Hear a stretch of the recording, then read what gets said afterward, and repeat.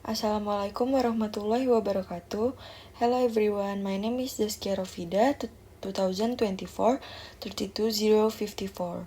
Today I will presenting C++ program that I developed for managing student data. Today I will explain the details.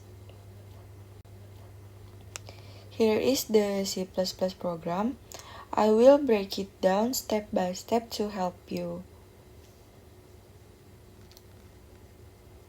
First, we have include IOStream, include string, and include IOManip for the header.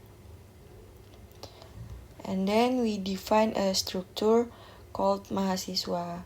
This structure is used to store the details of each student, including their name, student ID, or name, age, and GPA or IPK.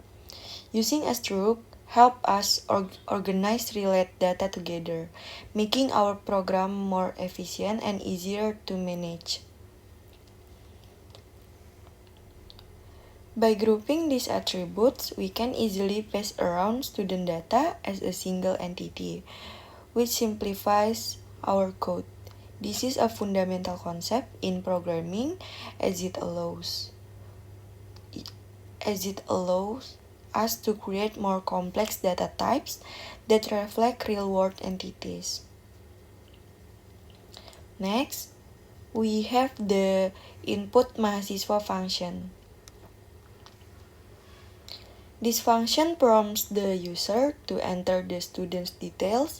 It uses getLine to read the name and name, allowing for space in the input. For age and GPA, we use standard input.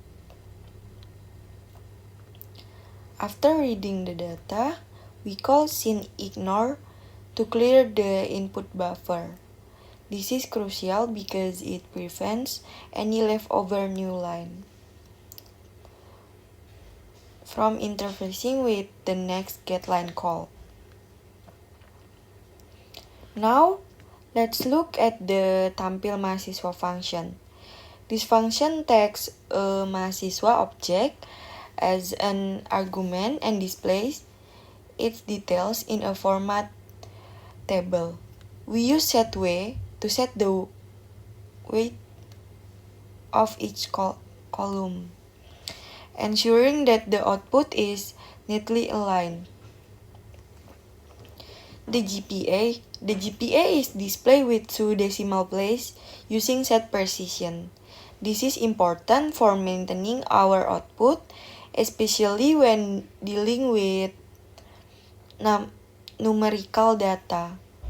A well-formatted output enhances the user experience and makes the information easier to read.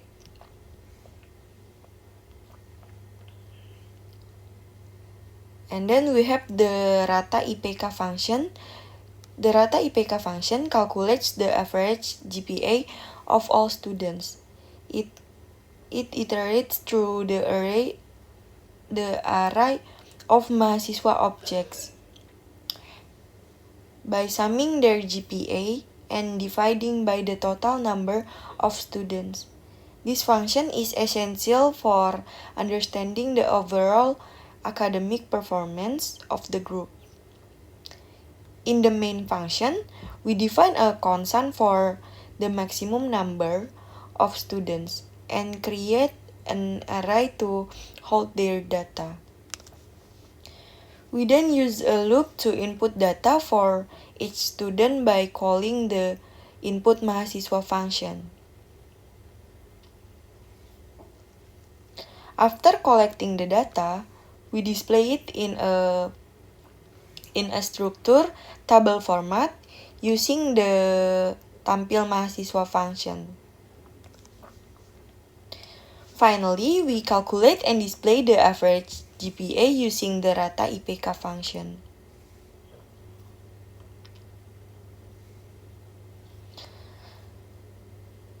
Demonstrate the main function by running the program and showing the output. I will input data for 3 students to demonstrate its function. and then the output will look like this.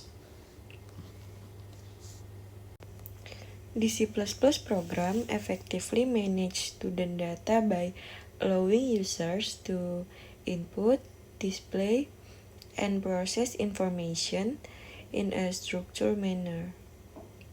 We have seen how the program utilizes a struct to encapsulate student details, making it easier to handle relate data as a single entity. The input and display function ensure that the data is collected and presented in a user-friendly format, while the average GPA calculation provides valuable insights into the academic performance of the students.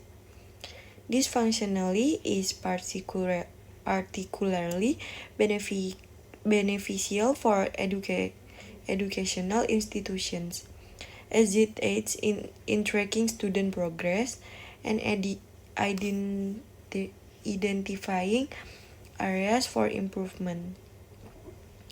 Through this practical exercise, I have gained a deeper understanding of data structures, input or output operations, and basic algorithms in C++.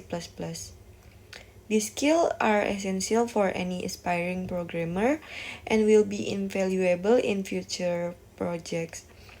Thank you for watching this presentation. Assalamualaikum warahmatullahi wabarakatuh.